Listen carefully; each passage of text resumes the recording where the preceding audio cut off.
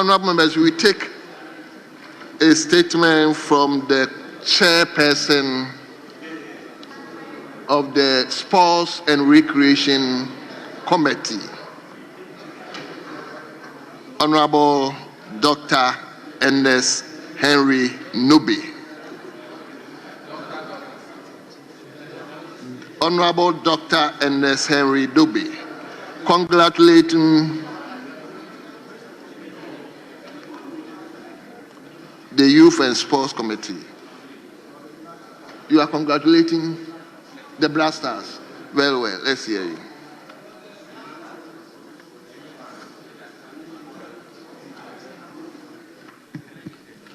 Thank you, Mr. Speaker. Mr. Speaker, I thank you for the opportunity to, on behalf of the Parliamentary Committee on Youth and Sports, congratulate the Blasters for qualifying for the 2026 FIFA World Cup tournament scheduled for June 2026 in the United States of America, Canada, and Mexico. Mr. Speaker, as you are respectfully aware, Ghana secured its spot for this important global tournament on Sunday, 12 October 2025, after the Blasters secured a 1-0 victory over Comoros to top Group I with 25 points. It has been an intensive 2-year qualifying journey, and it is indeed a great feat that the Blasters, our pride and beacon of hope, has joined 8 other African countries to represent our beloved continent in North America. Our players have indeed displayed resilience, discipline, commitment, and dedication throughout the qualifying stages, and I commend them for playing with focus and passion to once again place Ghana on the world stage. Special mention and commendation go to the coach and technical bench of the team for their instrumentality and guidance in making this victory possible. Mr. Speaker, as we celebrate this momentous achievement, I encourage the Blasters to continue to put in their best in order to showcase Ghanaian football skills and talent on the international stage. They should not lose sight of the ultimate goal for which they arrive or they strive, and outperform other African football teams to clinch on a spot to qualify for this stage. Teamwork is the only way to secure the 2026 FIFA World Cup and make history as the first country on the continent of Africa to win the tournament. I am optimistic that His Excellency, the President, the Ministry of Sports and Recreation, the Ghana Football Association, and relevant agencies would provide the needed resources to facilitate the participation of our players. The Parliamentary Select Committee on Youth and Sports is also poised to offer the necessary support to ensure that the Blasters advance beyond the group stages and aim for gold. The bigger work lies ahead of us. I call on the various supporters unions and all Ghanaians to rally behind the Blasters in the coming months. Ghana Blasters, we are proud of you.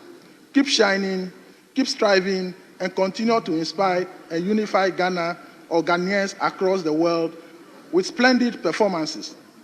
I thank you, Mr. Speaker, once again for the opportunity to make this statement, and also to state that as the chairman of the committee, any member of parliament who does not congratulate the Blasters will not go to World Cup.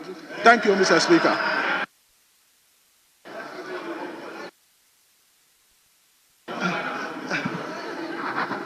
Yes, honorable members, we have to manage it. Yes. We have to manage the numbers. So, yes, let me hear you. Speaker.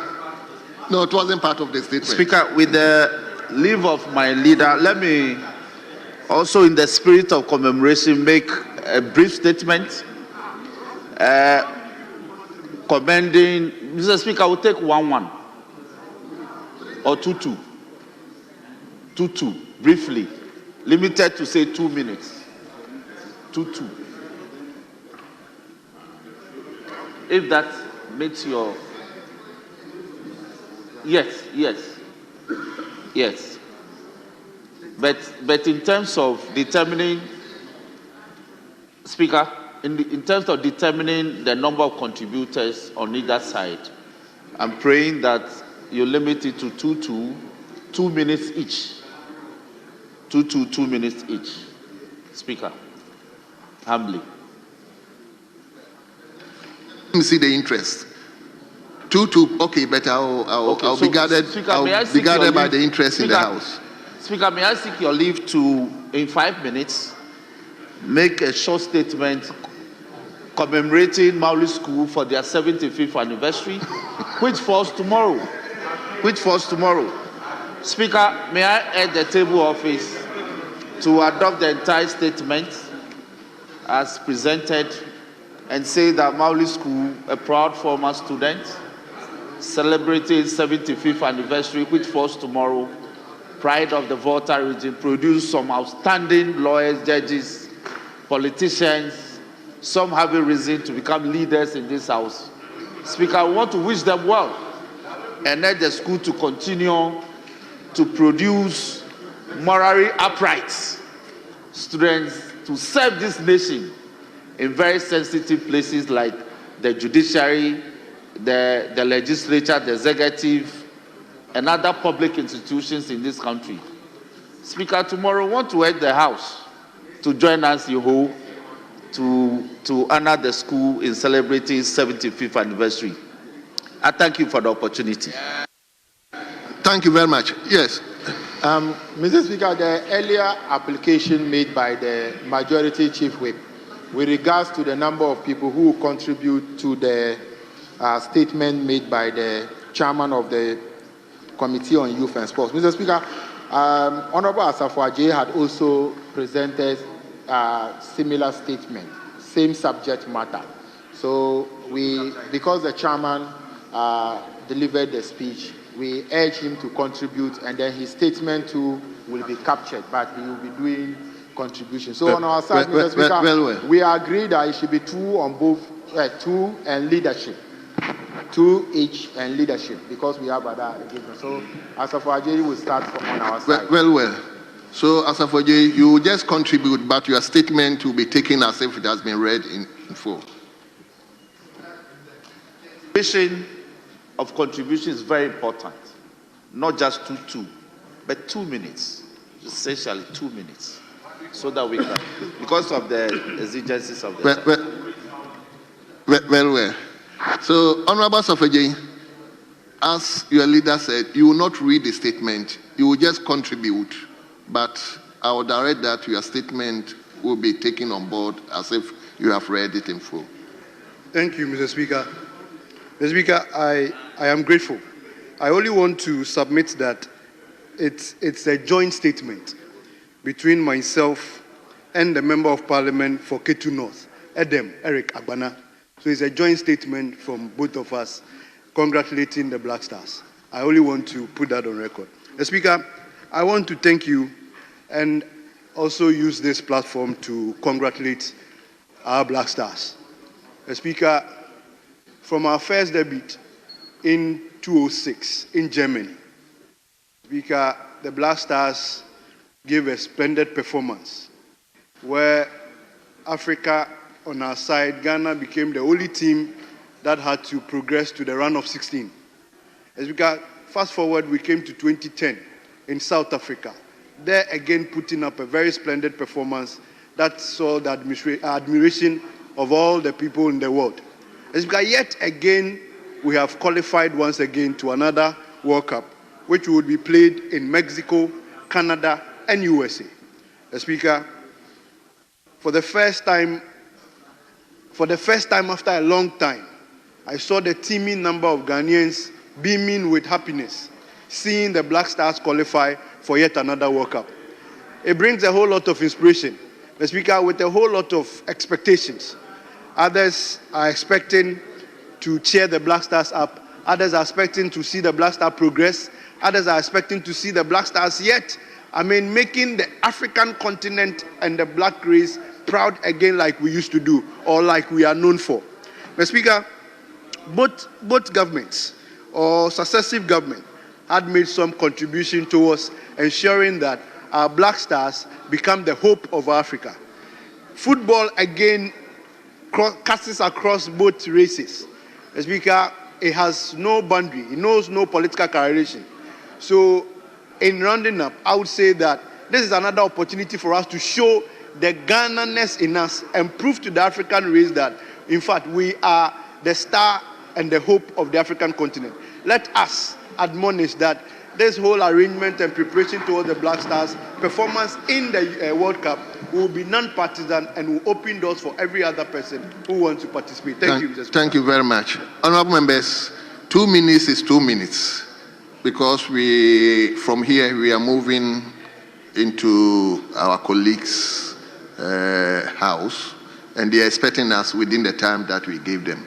So, Abena, I'll come to you. Let me give it to Honorable Minister responsible for government information. I'll come to you. Thank you very much, Mr. Speaker, for the opportunity. Mr. Speaker, I have retained abiding faith in the Black Stars, even in the periods where they underperformed. And I'm gratified that they have justified that support with this splendid qualification display. Mr. Speaker, in the aftermath of the qualification, a number of issues have come to the fore, which I believe merits our attention. There have been calls for the dismissal of the coach who guided us on this qualification path.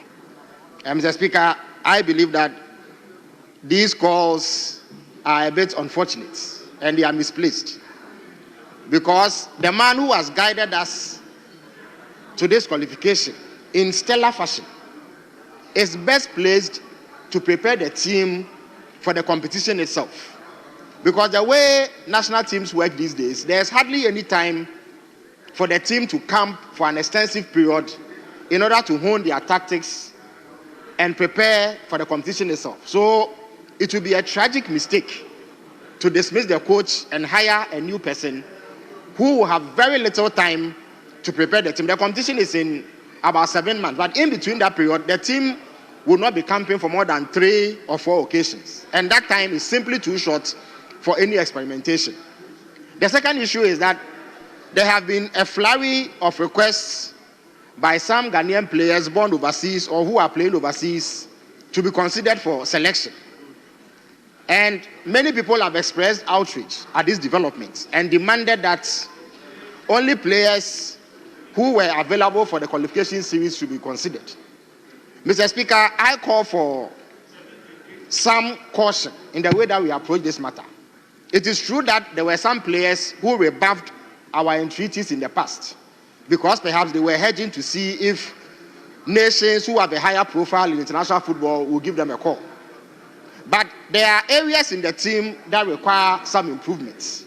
And therefore, I will call for sober reflection on this matter so that in the areas where we are weak, if there are players who have shown greater ability than the current players we have, we consider them based, of course, on merits, because there's something to be gained from doing so. Sometimes, if we are not careful and we act out of emotion, we may make mistakes that will come back to haunt us. So on that note, I commend the team highly, I commend the coach highly, I commend the Minister for Sports highly for supervising this impressive qualification. Thank you very much. Thank you very much. And let me commend the statement maker for raising the issue. Thank you very much.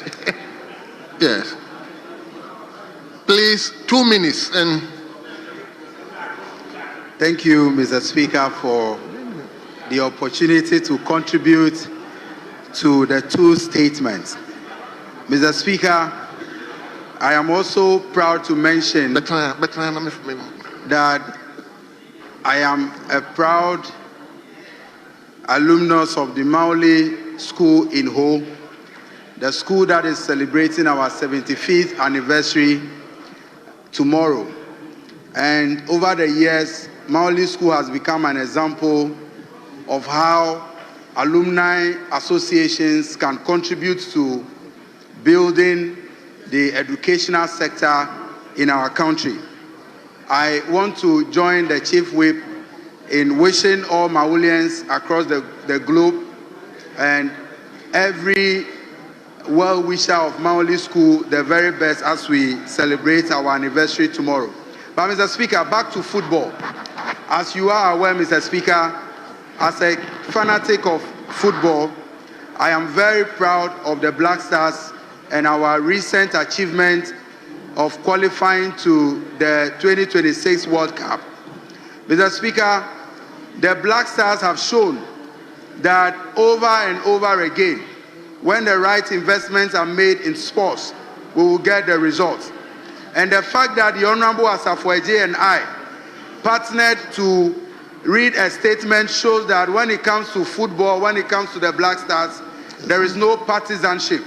And all of us as Ghanaians must rally behind the team as we move to the 2026 World Cup and produce the best of results for this country. But in conclusion, I disagree with my brother, Honorable Felix Ofosu-Kwakye, on the selection of players. Honorable members. Mr. Speaker, in conclusion, I believe that to qualify to be selected for the Black Stars must come with a certain level of commitment. Every player who rejected a call-up during the qualification does not deserve a place in the team as we move to the World Cup. We must teach every Ghanaian the value of patriotism and commitment. We must let young people of this country appreciate that whether in tough times or not, we must all be prepared to sacrifice and die for this country. Those who sacrificed and qualified us should be the ones selected for the World Cup. Thank you so much. Thank you, Mr. Speaker. Let me give the opportunity to leadership. Leadership, 2 minutes, please. Thank you, Mr. Speaker. Mr. Speaker, let me also join my colleagues to congratulate the Black Stars, the technical team, and GFA, and the Minister for Sports, or the Ministry for Sports and Recreation, that we are very proud of our boys. We are proud of the Black Stars, that we are going for another World Cup again. Mr. Speaker, we don't have enough time to talk, except that I want to draw the Majority Chief Whip attention that 2026 World Cup in either Canada, US, or Mexico must not be a repetition of what happened in 2014. Right. That what happened in Brazil. We must, as much as possible, make sure that what happened in Brazil doesn't happen again. Mr. Speaker, I thank you. When we get more opportunity, we will discuss further. There shouldn't be any scandal in this World Cup. Yeah. I thank you, Mr. Speaker. Yes, majority leadership.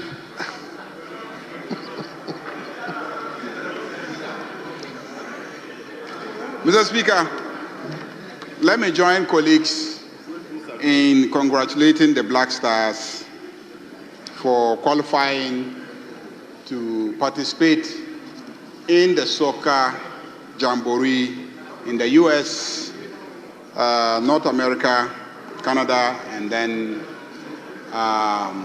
Mexico. I believe that Ghanaians have been yearning for this opportunity, and it has come our way. I have always indicated that I have absolute confidence in the Black Stars because at one point I was Minister for Youth and Sports, and I worked with them in Equatorial Guinea, and I know that when given the needed support, they can rise up to the occasion. And so what we need to give them is all the support, financially, and even more so, technical support.